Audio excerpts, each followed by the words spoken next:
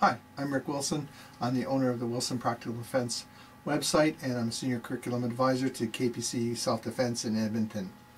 What I want to talk to you about over a series of video clips is the plea of self-defense. I'm not a lawyer. This is not a legal talk. What I'm going to talk about is the things you can do to try and place yourself on the side of actually acting in self-defense. But that will all depend on what you've done, what the laws are. I'm in Canada, where you're in the States, and it will also depend on the interpretations of the people looking at the situation. Nothing is guaranteed in law because it's an interpretation of what you've done. It's an interpretation of the law and how well you can articulate it. I would recommend a number of different books. There are 4 books I'm going to recommend. Anything by Rory Miller is good. His Meditation on Violence, his first book, will give you a start on understanding self-defense, the difference between what you may learn in a martial arts school and what the real world is. Facing Violence gives you an idea of what you can do, what you can't do, and it begins to talk about self-defense and what isn't. It talks about the different types of violence you may deal with. Scaling Force is a little bit more into the self-defense area, into how much force you can use.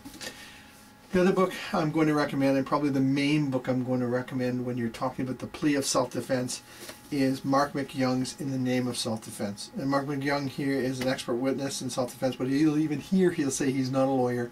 Go take some courses on the use of force and talk to as many people as you can. I'm going to be referring probably to a lot of stuff on Mark McYoung's book, but if you think this little series of video clips will cover what's in this book, you're absolutely wrong. This book is 400 pages, and every page has a gem of information for you. So I'm just going to be touching bases on it.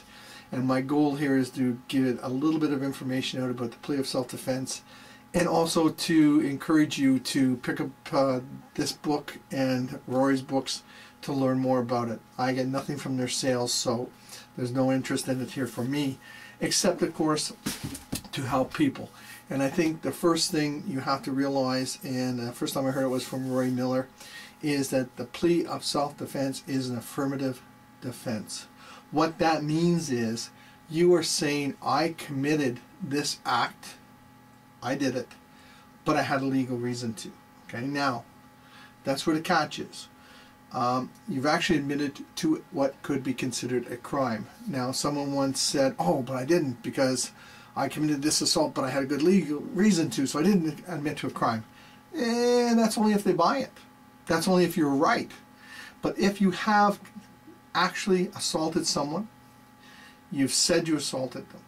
Police don't have to prove who did it or anything. They just have to say, you've already told them, I did it.